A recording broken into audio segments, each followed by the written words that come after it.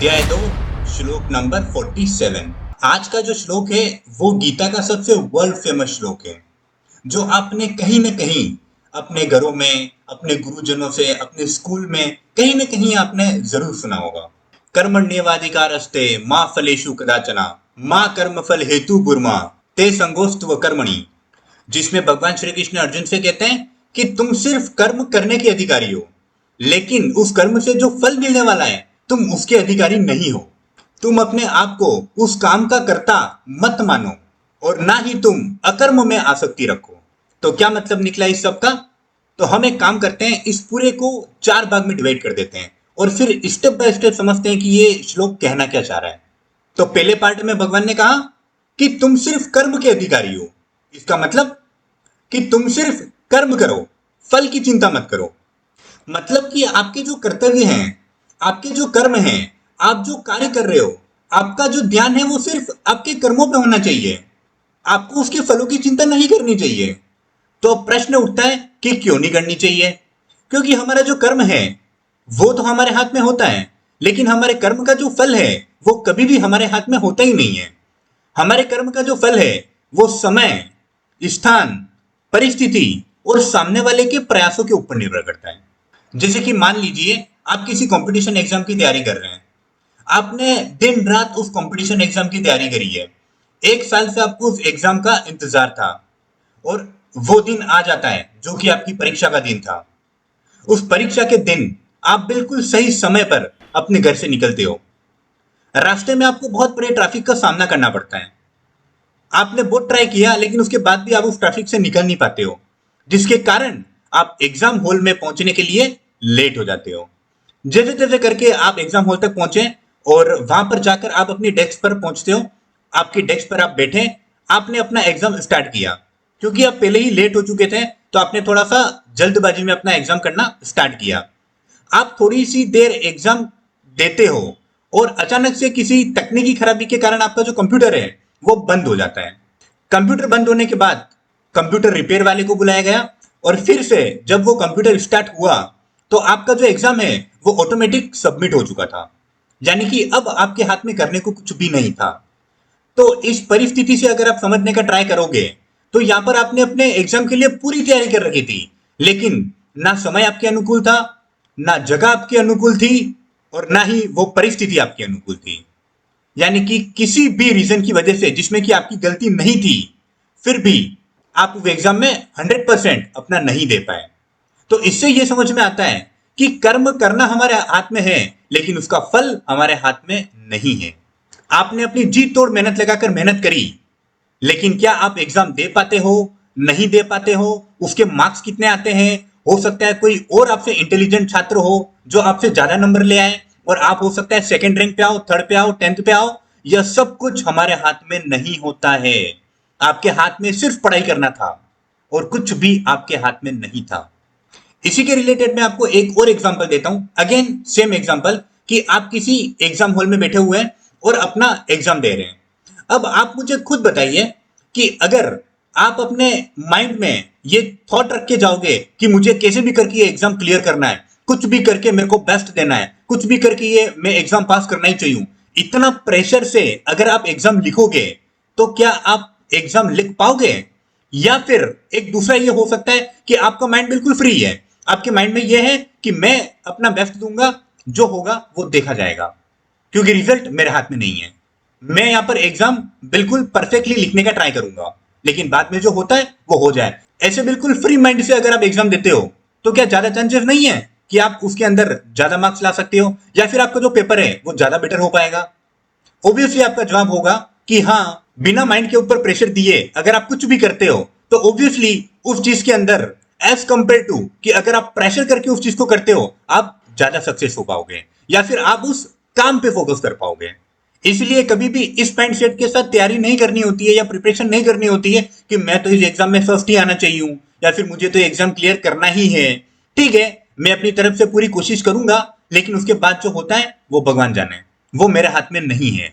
ऐसा सोच के अगर आप प्रिपरेशन करते हो तो आप ज्यादा फोकस कर पाओगे। तो अब हम इस श्लोक के दूसरे पार्ट पे आते हैं, जिसमें भगवान श्री कृष्ण अर्जुन से कहते हैं कि हमारे जो कर्म हैं उसके जो फल हैं वो हमारे सुखों के लिए नहीं है। क्या मतलब निकला इसका? भगवान अर्जुन से कहते हैं कि तुम्हें ये युद्ध इसलिए नहीं करना है ताकि तुम ये युद्ध जीत के इस राज्य के सुखों को भोग सको। तुम्हें ये युद्ध इसलिए करना है ताकि तुम दुर्योधन के अत्याचारों से यहाँ की प्रजा को बचा सको, जो कि तुम्हारा एक क्षत्रिय होने का धर्म है। इसी तरह से अगर आप आज के समय में भी देखो तो हमारे आसपास ऐसे बहुत से लोग हैं, जैसे कि बागेश्वर धाम हो गए, जया किशोरी जी हो गई, संदीप माहेश्वरी हो गए। ये सभी अपनी बातों से हमें एक अच्छी प्रेरणा देते हैं, हमें एक अच्छा जीवन जीने के लिए एक सबक देते हैं, जिसमें उनका खुद का कोई मोटिव नहीं है। वे सिर्फ हमारी भलाई के लिए हमें अच्छी अच्छी बातें बताते हैं, ताकि उनकी बातों को सुन करके, उनकी बातों को समझ करके हो सकता है कि हम किसी अच्छे कार्यों की तरफ अग्रसर हो सकें, हमें किसी अच्छे कार्य करने की प्रेरणा मिल सके। तो ये लोग जो काम कर रहे हैं उसके पीछे इन्हें किसी भी फल की कोई आशा नहीं है कि मुझे ये करके ये मिल जाएगा, या फिर अगर मैंने इसके साथ ये किया तो मुझे इतना पैसा मिलेगा या इतनी शोहरत मिलेगी। ऐसा किसी भी प्रकार का कि हो सकता है उनका कोई पर्सनल अपना मोटिव हो, ऐसा किसी भी प्रकार का उनके मन में ना तो कोई लालच है और ना उनका पर्सनल कोई मोटिव है।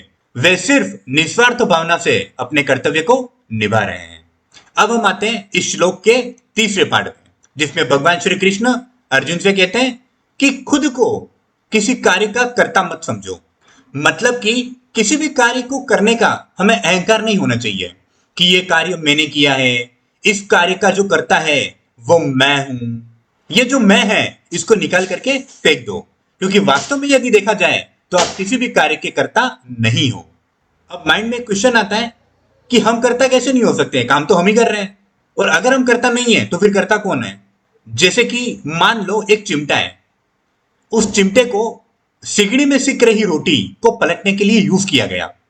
अब अगर चिमटे को यह अहंकार आ जाए कि इस रोटी को तो मैंने पकड़ के जो है पलटा है, ये रोटी को पलटने का काम मैंने किया है, इस रोटी को पलटने का जो करता है वो मैं हूं, तो ये तो कोई सेंस वाली बात नहीं हुई, क्योंकि वो चिमटा उस रोटी को तभी पलट पाया जब हमारे हाथों के द्वारा उसे एक शक्ति प्रदान की गई। अदरवाइज वो ये इतना कठिन कार्य उन गरम गरम कोयलों के अंदर जाके वो उस रोटी को नहीं पलट पाता। तो ये सिर्फ और सिर्फ अगर हो पाया है तो वो है हमारे हाथों की शक्ति द्वारा। तो क्या ऐसा नहीं हो सकता है कि हमारे अंदर भी कोई ऐसी शक्ति है जिसके कारण हम जितने भी ये कार्य कर पाते हैं उसकी ऊर्जा हमें वहीं से मिलती है?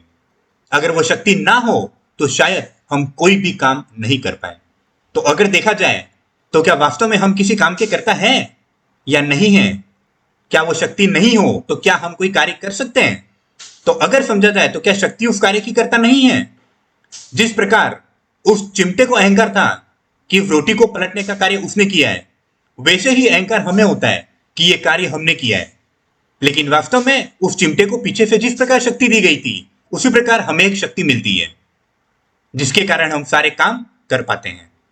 और वो जो शक्ति है उसको आप परमात्मा की शक्ति भी बोल सकते हो, जिस शक्ति के बिना ना आपका कोई अस्तित्व है और ना आप कोई कार्य कर सकते हो। उस शक्ति के बारे में फिर कभी बात करेंगे, उसके ऊपर पूरा एक टॉपिक हो सकता है, पूरा एक वीडियो हो सकता है। तो अभी के लिए इतना समझ लो कि बिना उस शक्ति के कुछ भी संभव नहीं है। तो अब हम बढ़ते हैं हमारे चौथे टॉपिक की तरफ, जिसमें भगवान कृष्ण कहते हैं कि कर्म न करने में आसक्ति मत करो। तो क्या मतलब निकला इसका? तो अभी हमने ऊपर जितना भी समझा कि हमें कर्म करना चाहिए, फल की चिंता नहीं करनी चाहिए, तो बहुत से लोग ये सोच लेते हैं कि अगर कर्म का फल मिलना ही नहीं है तो फिर कर्म करना क्यों है। तो पहली बात तो ये कि हमारी बॉडी का एक नेचर है कि बिना कर्म किए तो आप रह ही नहीं सकते हो, कर्म तो आपको करना ही पड़ेगा। It's a nature of body. जैसे कि आप बैठे हो, आप सांस ले रहे हो, आप पानी पी रहे हो, आप घूम रहे हो, आप सिर्फ शांति से बैठे हो और आप ये सोच रहे हो कि मैं तो कोई कर्म नहीं कर रहा हूं, तो आपके माइंड में जो थॉट आया, ये थॉट भी एक कर्म है। तो कर्म से तो आप छूट ही नहीं सकते हो, कर्म तो आप न चाहते हुए भी अनजाने में ही कर देते हो। तो बिना कर्म किए तो आप रह ही नहीं सकते हो। और दूसरा ये कि कई बार हमारे सामने ऐसी कोई परिस्थितियां उत्पन्न हो जाती है जिसमें हमें कर्म करना या तो ऐसा लगता है कि बहुत ही बेकार है, क्यों करना, और या फिर हमें ऐसा लगता है कि इतना ट्राई कर लिया उसके बाद भी इसका सॉल्यूशन तो निकल नहीं रहा है, तो छोड़ो, इस काम को क्या ही करना। तो देखो, किसी भी प्रॉब्लम से भागना उस समस्या का समाधान नहीं है, क्योंकि भागने से किसी समस्या का समाधान नहीं होगा। देखो, अगर आपने उस काम को करना ट्राई नहीं किया या फिर बार बार आपने उस काम को ट्राई नहीं किया तो पक्का है कि आपको उसके अंदर सफलता नहीं मिलेगी। लेकिन अगर आपने उसको बार बार ट्राई करने का कोशिश किया तो हो सकता है कि कहीं ना कहीं जाके आपको एक वो पॉइंट दिख जाए जहां से आपका सोल्यूशन निकल के आ जाए।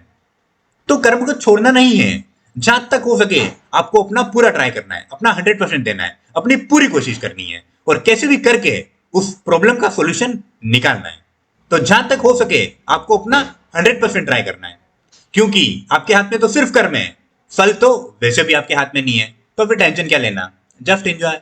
तो इस तरह से सोच विचार करके अगर आप अपने कर्मों को करते हो तो पहला, तो जो भी आप काम कर रहे हो उसमें आप अपना 100% फोकस के साथ कार्य कर पाओगे। दूसरा, उसके रिजल्ट के लिए आपको प्रेशराइज नहीं होना पड़ेगा। तीसरा, आपके माइंड पे किसी भी प्रकार का कोई स्ट्रेस नहीं आएगा और आप बिल्कुल सुख और शांति के साथ अपना जीवन व्यतीत कर सकते हो।